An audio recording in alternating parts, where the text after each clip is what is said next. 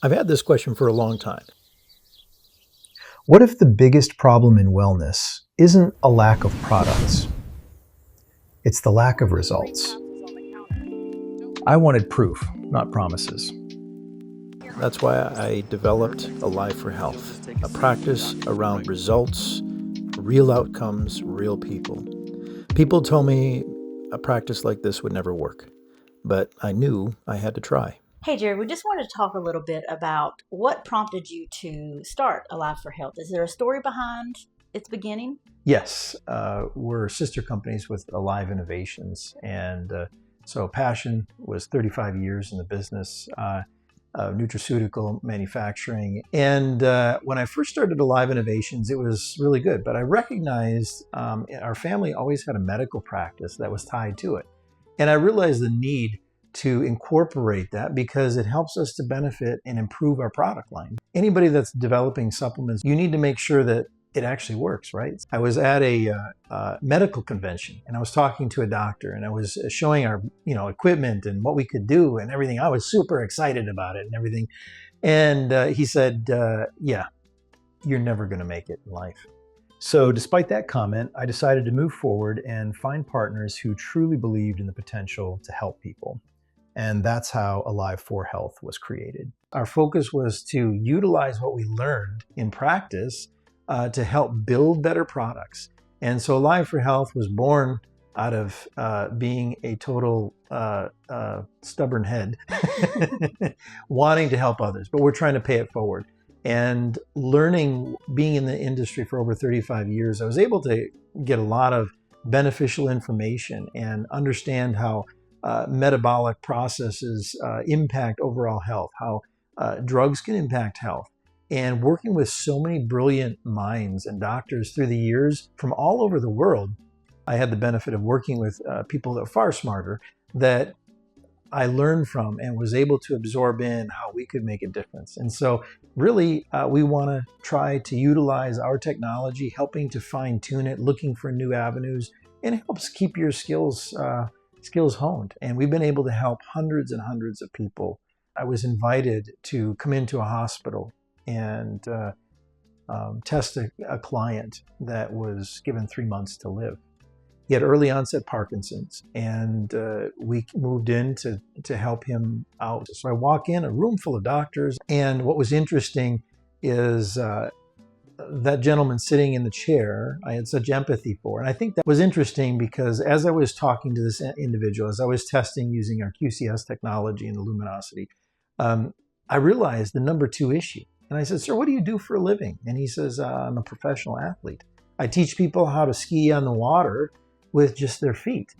And I thought for a moment, I was like, okay, probably from here to Thailand, right? And he says, you got it, exactly.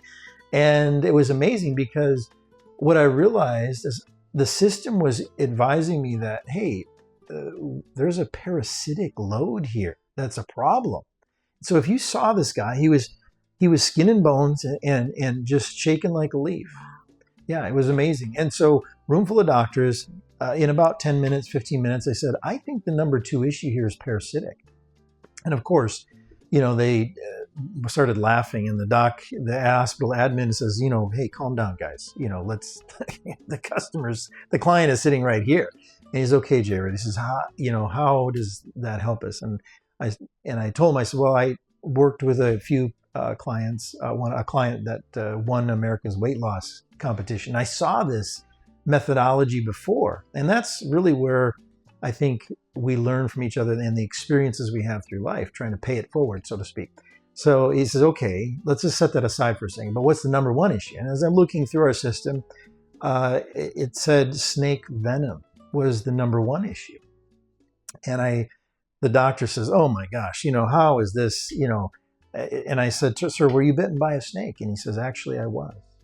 I was bitten by a black mamba almost 7 years ago to the day. And that's what I'd asked him. Was it around 7 years ago? And he says, yes, it was. But as the doctor finally said, does anybody else want to leave? They said, no. How does parasitic load and how does snake venom fit into this diagnosis. And mind you, he had seen 6 doctors in Australia. Oh, wow. And also this final hospital. But they said, we don't believe the other 7 diagnoses. We really want to find out, is this really true? Because it doesn't make sense. He's an athlete. So long story short, as he comes to me, he says, how do we understand what you're telling us? And as she walked out, we had the rest of the doctors there. Says, we want to know what's going on.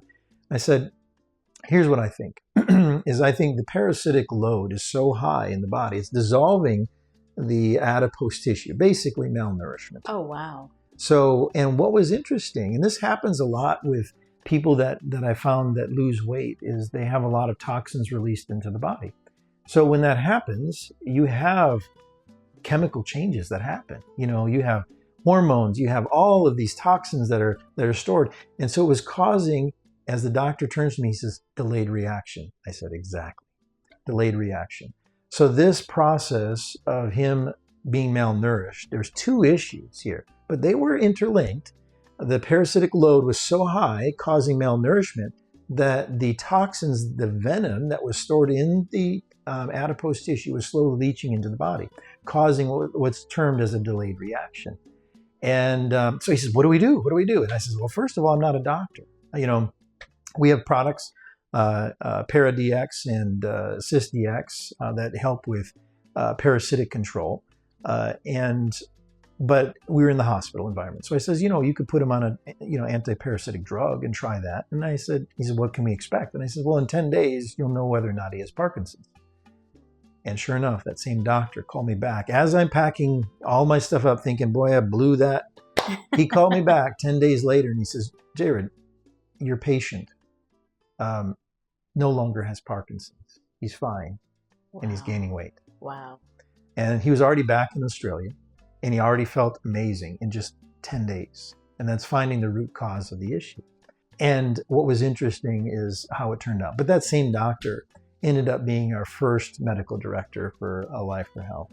So it was very nice to have him because he was blown away. And what was interesting too, when you work with good medical team, you learn that you don't know everything. And they knew that. But that's what makes it great. Because you know what? Every person that walks in the door has a different story. Mm-hmm. And we customize nutrition. Now we do a lot virtually. And we have other practices or practitioners that we work with throughout the world that really focus heavily on balancing the body chemistry and then getting to those root causes. So that was really the start of Alive4Health, and we haven't looked back ever since. The passion that we have here, and this is not just me, it's everybody that works here, is for paying it forward. And when we looked at during COVID times, we were the very first ones. I didn't know of anybody, but I saw some patients that were close to me that had a problem with vitamin D and calcium. And it caused these systemic issues in brain fog and neurological issues. And we saw it in our scan. And ultimately, I didn't know exactly what I was looking at the time. So I didn't know everything. But I wasn't about to give up because these people were very close to me. And what I noticed is that A positive and O positive blood types, as we started collating all this data, in my mind, I'm calculating all of these different things that are going on with people, trying to look at the patterns. And 100% of the time, A positive and O positive had a problem with calcium and vitamin D. Mm-hmm. And so I wrote an article on it, sent it over to some of our practitioners to also review it to see if it made sense. And they said, yeah, I think you're on to something. This is kind of crazy, it doesn't make sense. And how would you, and it was just me trying to figure out, what was the pattern? So what we did in our small practice is we went back to all of our customers that had A positive and O positive blood types. And we offered to reanalyze them and tried a different protocol. And sure enough, 100% of the time, that's what the problem was, whether they were vaccinated or not. So it's a calcium channel problem, but it's also a vitamin D problem. We know if we lack vitamin D, that is a big problem in the immune system. Mm-hmm. So it was these things together. That's one thing we do at Alive4Health is we try to learn from all the people that we deal with. We're trying to figure out the solutions. And when the doors close at the end of the day, when the lights shut off, we don't shut off. Our people continually talk about this person and see how can we help them further. So it's a passion to get involved with that. And so that's what I think we stand for. I mean, I tried to engender and find the best people possible we can hire.